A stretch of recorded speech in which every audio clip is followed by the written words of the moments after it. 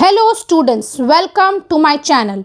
Today I shall continue with Merchant of Venice written by William Shakespeare, Act 3, Scene 2. So students please, जैसे मैं आपको हमेशा कहती हूँ, please press the like button. जो भी आप मेरे viewers हैं, जो आप सुन रहे हैं, चाहे वो नॉन सब्सक्राइबर्स है या सब्सक्राइबर्स है, प्लीज़ मेरे चैनल को सुनने के बाद अगर आपको मेरा पढ़ाना अच्छा लगता है तो आप प्लीज़ लाइक कीजिए and please share with your friends and families and please जो सबसे ज़्यादा रिक्वेस्ट है वो मेरे नॉन सब्सक्राइबर्स के लिए है कि आप प्लीज़ मेरे चैनल को सब्सक्राइब कीजिए. It will really help me to boost. So and I know कि मैं आपकी इतनी तो मदद कर ही रही हूँ कि मैं आपसे इतना एक्सपेक्ट कर सकूँ कि आप मेरे चैनल को प्लीज़ सब्सक्राइब कीजिए. So without wasting any more time, let's start. Act 3, Scene 2, Belmont, a hall in Portia's house. The curtain is drawn back and the caskets are seen. In the gallery, musicians are waiting. तो musicians भी wait कर रहे हैं. Bassanio, Portia, Graciano, Nerissa and attendants उसके साथ साथ है. और मैं एक बात बता दूं अपने सारे स्टूडेंट्स को भी कि ये सबसे टफेस्ट सीन्स है क्योंकि इसमें थोड़ी टफ स्पीचेस हैं बेसानियो एंड पोर्शिया की. तो आप प्लीज़ बहुत ही ध्यान से समझ के इसको पढ़िएगा because it is the most important scene also for your exams. और जैसा आपको पता है कि ऑलरेडी गोल्ड एंड सिल्वर में नहीं आया है पोर्शिया का वो पिक्चर, तो ऑडियंस को पता है ऑलरेडी अब तक कि लेड में है पोर्शिया का पिक्चर. ओके, तो ये चीज़ को आप ध्यान रखिएगा कि ऑडियंस को पता है पर पोर्शिया ने अभी तक ये बात रिवील नहीं किया बसानियों को. So Portia, I pray you, मतलब वो रिक्वेस्ट कर रही है, tarry pause a day or two, एक दो दिन रुक जाओ, before you take the risk. Hazard मतलब before you take the risk for in choosing wrong. अगर तुम गलत चूज कर रहे हो तो रिस्क है ना, तुम मुझे हमेशा के लिए खो दोगे. आई लूज योर कंपनी, और वो भी पोर्शिया अपने बारे में भी कह रही है कि मैं भी तुम्हारी कंपनी को लूज कर जाऊंगी. देयरफॉर forbear a while, थोड़ा सा रुक जाओ, इतना हड़बड़ाओ मत. ठीक है, ऐसे भी हड़बड़ाहट में लोग गलत फैसला कर लेते हैं. तो वो थोड़ी डरी हुई हैं because she know that she loves him ना. I would not lose you, मैं तुम्हें खोना नहीं चाहती. And you know yourself, और तुम खुद को जानते हो कि तुम भी मुझे खोना नहीं चाहते. Hate councils not in such a quality, तो ये हेट नहीं है, मेरे दिल में तुम्हारे लिए प्यार है, क्योंकि हेट नफरत ऐसा एडवाइस नहीं देता. But लेस्ट you should not understand me well. And yet a maiden had no tongue but thought, I would not detain you here some month or two before you venture for me. तो यहाँ पे वो कह रही हैं कि less you should, तुमको पता है, एंड येट अ मेडन के पास, मतलब जो लेडी होती है, हैड नो टंग, मतलब उनके पास ऐसा नहीं कि उनके पास टंग नहीं है. उनका कहने का मतलब है यहाँ पर कि वो अपना फीलिंग्स को एक्सप्रेस नहीं कर सकती because Shakespearean times back in 400 years ago they were not allowed to express the love. So यही बात यहाँ पे कह रही. और इनका केस में डिफरेंस भी है ना पोर्शिया के केस में, बिकॉज अगर वो लव कन्फेस कर भी लेती हैं, अपना वो की है लास्ट में, but still she can not choose her husband ना. Her husband has to choose however it will be, he or he may will be, he has to choose the right one, the right casket. Okay, so यहाँ वो कह रही, I would detain you here, मैं तुम्हें यहाँ रखना चाहती हूँ, for some month or two before you venture for me. तुम कोई फैसला लो, तुम कोई चूज़ को, उससे पहले मैं तुम्हें अपने साथ यहाँ 1-2 महीना रखना चाहती हूँ. पहला रीज़न तो ये है कि अगर वो थोड़ा ट्रेन भी कर देंगी उनको, ठीक है, और दूसरा जो सबसे मोस्ट इम्पॉर्टेंट है कि उनके साथ थोड़ा वक्त बिताने को उनको मिल जाएगा.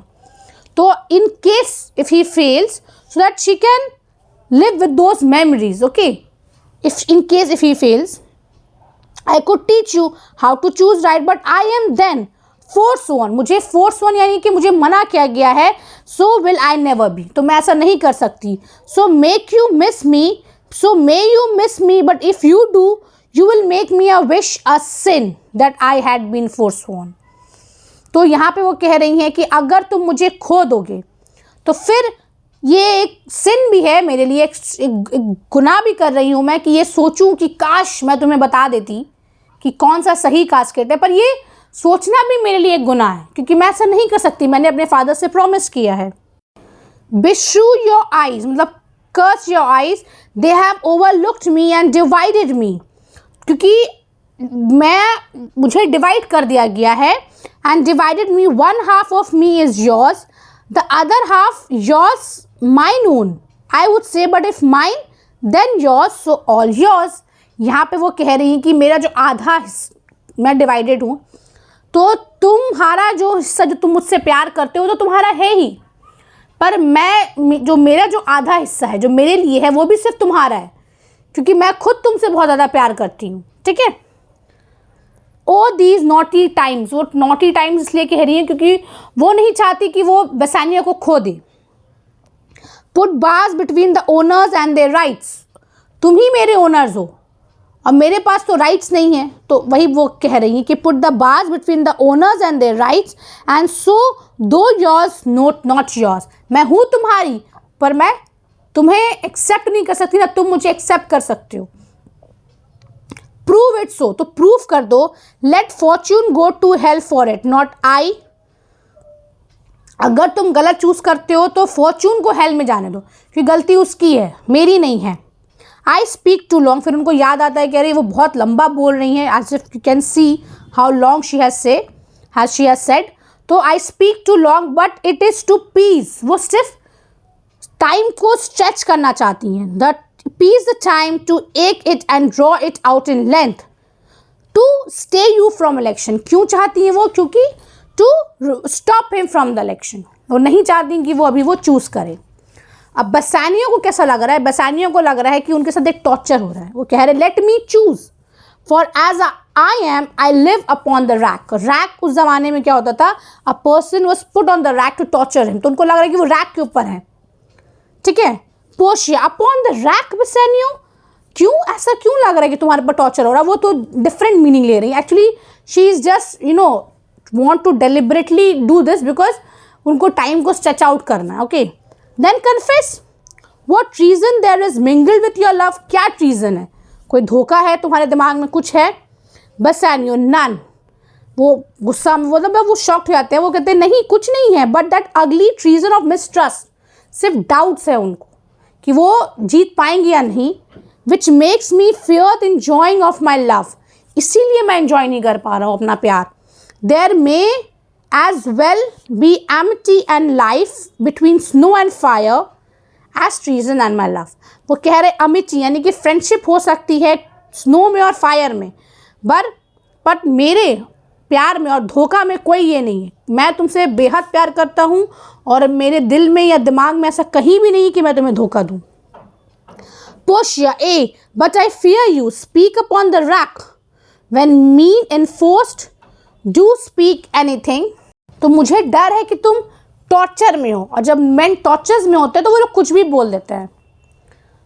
बेसानियो promise me life and I will confess the truth, वो प्रॉमिस कर रहे हैं मैं सच कह रहा हूँ। पोशिया well then confess and live, तो कन्फेस करो। बेसानियो कन्फेस एंड लव, मतलब वो शॉर्ट में कह रहे हैं कि कन्फेस और love had been the very sum of my confession, जो समरी है मेरे पूरे बात का वो यही है कि confess and love, oh happy torment, when my torturer don't teach me answers for deliverance। वो यहाँ पे हैप्पी टॉर्मेंट क्यों कह रहे हैं, क्योंकि पोशिया उन्हें टॉर्चर कर रही है, और वो इसलिए उनको टॉर्चर कर रही है टू टीच मी, वो उनको सिखा सके आंसर्स फॉर डिलीवरेंस, यानी कि मैं इस टॉर्चर में जो भी हूँ उससे मैं खुद को बाहर रख सकूँ। समझ नहीं आपको ना, तो इसलिए वो हैप्पी टॉर्मेंट अभी ये वर्ड यूज़ कर रहे हैं पोशिया के लिए, जो वो टॉर्चर जो इतना वो बोल रही हैं उससे तो टॉर्चर उनको हो रहा है, पर ये उस टॉर्चर से उनको बचा रही हैं जो उनको आगे में फेस करना होगा। Okay, but let me to my fortune and casket, पर वो रिक्वेस्ट करते कि नहीं आप मुझे ले जाओ मेरे फॉर्च्यून और मेरे कास्केट के पास, क्योंकि जहाँ उनका फॉर्च्यून है। अब ये स्पीच बहुत इंपॉर्टेंट है पोशिया की। Away then I am locked in one of them, ठीक है चलो मैं इनमें तीनों में से किसी में हूँ। If you do love me you will find me out, अगर तुम मुझसे सच्चा प्यार करते हो तो तुम मुझसे ज़रूर ढूंढ लोगे। नेरिसा and the rest stand all aloof, अब नेरिसा बाकी जो लोग हैं सब साइड में खड़े रहो। लेट म्यूजिक साउंड, अब म्यूजिक आता है। While he doth make his choice, जब वो चॉइस कर रहा हो, let the music sound. Then if he lose he makes a swan like end. यहाँ पे स्वॉन लाइक एंड का मतलब है कि it was believe that the swan sings once that is before his its death, क्योंकि ये माना जाता था कि स्वॉन सिर्फ एक ही बार गाना गाते हैं। तो यहाँ पे वही वो कह रही है स्वॉन लाइक एंड, ऐसा होगा कि फेडिंग इन म्यूजिक। फेडिंग क्यों इन म्यूजिक? क्योंकि बेसानियो भी अब उनके लिए मर चुका होगा अगर वो गलत चूज करता है तो ऐसा लगेगा उनको कि म्यूजिक हो रहा है और बेसानियो भी अब उनकी लाइफ से अब जा रहे हैं। तो फेडिंग इन म्यूजिक मतलब वो धीरे धीरे करके अब उनकी लाइफ से अब हट रहे हैं अगर वो रॉन्ग चूज करते हैं तो। ओके, दैट द कंपैरिजन में स्टैंड मोर प्रॉपर। और क्या अच्छा कंपैरिजन होगा? My eye shall be the stream and watery death bed for him. Watery death bed क्यों कह रही है? क्योंकि वो उनके लिए मर चुके हैं। अब उनकी आंखों में रिफ्लेक्शन किसका है? बेसानियो का। और उनका आंख जो है वो स्ट्रीम बन चुका है क्योंकि आंखों में उनके आंसू होंगे। तो आंसू जब किसी का रिफ्लेक्शन में होता है तो क्या होता है कि वो लगता है कि वाटरी डेथ बेड है वो बेसानियो के लिए। He may win what is the end what is music then. अब कौन सा म्यूजिक होगा उनके लिए? Then music is even as the flourish when true subjects bow to a new crowned monarch. यहाँ पे मुझे एग्जाम्पल दे रही हूँ वो सही है, क्योंकि अगर बेसानियो जीत जाते हैं तो Bassanio will be the new lord of Portia as well as of the Belmont. तो यहाँ पे वो कह रही हैं कि जब वो बन जाएंगे, राजा बन जाएंगे, प्रिंस बन जाएंगे, तो क्या होगा? सब उनको सामने बाउ डाउन करेंगे। ओके, वही म्यूजिक यहाँ पे होगा। Such it is as are those dulcet sounds in break of day that creep into the dreaming bridegroom's ear and summon him to marriage. यहाँ पे वो ये कह रही है कि दूसरा बात जो भी वो भी अप्रोप्रिएट है कि या तो वो जो जब जब जब शादी होती है तो ब्राइड रूम्स क्या होते हैं? अपने ख्यालों में खोए हुए होते हैं। तो ऐसा कुछ एक म्यूजिक बजता है जिससे वो अपने ख्यालों से उनको बाहर निकाला जाता है और उन्हें शादी के लिए बुलाया जाता है। तो ये भी म्यूजिक प्ले होगा। तो दोनों ही अप्रोप्रिएट है। Now he goes with no less presence but with much more love. अब वो जा रहे हैं क्योंकि उनके दिल में मेरे लिए बहुत ज़्यादा प्यार है। Then young Alcides when he did redeem the virgin tribute paid by howling Troy to the sea monster। अब यहाँ पे एक स्टोरी है sea monster and Troy and Alcides। Alcides is another name of the Hercules, okay? जो उस time के बहुत ही सबसे ज़्यादा यंगेस्ट स्ट्रॉन्गेस्ट मैन में आते थे। तो स्टोरी क्या है कि ट्रॉय का जो प्रिंसेस ऑफ ट्रॉय थी हेसियोन जिसका नाम था, उनको she was to be sacrifice. उनको सी मॉन्स्टर के लिए सैक्रिफाइस करना था खुद के लाइफ को, जस्ट बिकॉज उनको अपना ट्रॉय को बचाना था, अपने कैपिटल को। तो यहाँ पे वही बात वो कह रही हैं। उसके बाद क्या हुआ था कि जब उनको बलि चढ़ाना था, उनको खुद को सैक्रिफाइस कर, उसी वक्त ट्रॉय आते हैं, किंग ऑफ हर्क्यूल्स आते हैं किंग ऑफ ट्रॉय के पास, क्योंकि उनको कुछ फेवर चाहिए होता है किंग ऑफ ट्रॉय से। पर जब उनको ये बात पता चलती है कि ऐसा ऐसा सिचुएशंस है, वो भी बहुत ज़्यादा अपसेट है, तो वो अग्री हो जाते हैं। वो कहते हैं कि मैं आपकी मदद करूँगा, बदले में मुझे आपसे जो फेवर चाहिए आप वो मुझे कर दीजिएगा। तो फिर वो जाते हैं उनको बचाने के लिए। तो यहाँ पे वो कह रही है ना, ये लाइन है ना यहाँ पे, उसके बाद आई स्टैंड फॉर सैक्रिफाइस, क्योंकि उनको भी तो सैक्रिफाइस ही हो रहा है ना, और उनको कौन बचाएगा सैक्रिफाइस से? Bassanio. Sacrifice of what? From an unhappy marriage. क्योंकि वो शादी नहीं करना चाहती ना किसी ऐसे इंसान से जिनसे वो प्यार नहीं करती हो, तो वो कौन बचाएगा? बेसानियो बचाएगा। किसकी जैसे? हर्क्यूल्स की जैसे। हर्क्यूल्स ने प्रिंसेस ऑफ ट्रॉय को बचाया था। Okay, the rest aloof are the Dardanian wives. Dardanian wives means Trojan women. Okay, तो जब क्योंकि ट्रोजन वुमेन जो थी, जो ट्रॉयस की सारी जो औरतें थी, वो लोग प्रिंसेस से बहुत ज़्यादा उनको फॉन्ड ऑफ, बहुत ज़्यादा लगाव था। तो इसीलिए अपनी प्रिंसेस को वो खो ना दे, वो लोग की आंखों में आंसू थे जब वो लोग देख रहे थे कि कौन जीतेगा, हर्क्यूल्स जीतेगा या सी मॉन्स्टर जीतेगा। विथ ब्लियर्ड वाइसेजेस, मतलब ब्लियर्ड वाइसेजेस मतलब उनकी आंखों में आंसू थे। केम फॉर्थ टू व्यू, वो लोग आए थे देखने के लिए the issue of the exploit. क्या इशू? मतलब कौन जीतता है, क्या होगा, सैक्रिफाइस होगा या क्या होगा। वैसे यहाँ पे लोग कंपेयर कर रही नेरेसा और बाकियों को। गो हर्क्यूल्स, अब वो कह रही तुम हर्क्यूल्स हो, गो। लिव दाउ आई लिव, अगर तुम जियोगे तो मैं भी जीऊंगी, जैसे केस था वहां पे कि अगर हर्क्यूल्स जीतता है तो क्या प्रिंसेस ऑफ ट्रॉय भी जिएंगी, नहीं तो अगर हर्क्यूल्स मर जाएगा तो प्रिंसेस ऑफ ट्रॉय भी मर जाएंगी। With much much more dismay I view the fight than thou that makes the fray, तुम तो लड़ रहे हो पर मैं तुमसे ज़्यादा एंग्जाइटी से ये फाइट देख रही हूँ, क्योंकि ऐसा होता है ना कि जो परफॉर्मर्स होते हैं उनको जितना एंग्जाइटी फील नहीं होता है, बिकॉज परफॉर्मर जो होते हैं वो सिर्फ परफॉर्म करने में ध्यान रखते हैं, पर उनके जो फैमिली या फ्रेंड्स होते हैं they are much more anxious to know the result, so they are all the time worried कि क्या होगा नहीं होगा।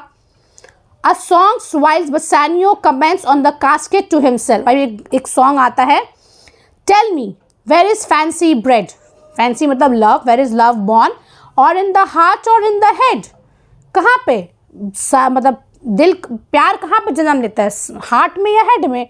How begot how nourished, कैसे नरिश होता है, reply it is engendered in the eyes, ये आईज में ही होता है, with gazing fed and fancy dies, जहाँ पे ये बॉर्न होता है आंखों से प्यार होता है और आंखों में ही खत्म हो जाता है। In the cradle where it lies, जहाँ मतलब जिस जगह पे वो आता है, मतलब जिस जगह से वो बॉर्न होता है उसी जगह पे वो मर जाता है। Let us all ring fancy's knell, knell यहाँ पे बोला रहा है फ्यूनरल बेल के लिए, okay. I will begin it ding dong bell, सब कहते हैं डिंग डोंग बेल। सो अब वो कास्केट को चूज़ करने जा रहे हैं। इसके बाद बहुत ही इंपॉर्टेंट स्पीच है बसानियो की, तो मैं अभी कंटिन्यू नहीं करूँगी बिकॉज बहुत आपके लिए बहुत हौश-पौश हो जाएगा, तो अभी के लिए इतना ही सही है। पार्ट 2 मैं आपको बहुत जल्द एक्सप्लेन करूँगी, सो प्लीज़ मेरे चैनल को सब्सक्राइब कीजिए and please keep watching and please keep sharing. Thanks for watching, thank you.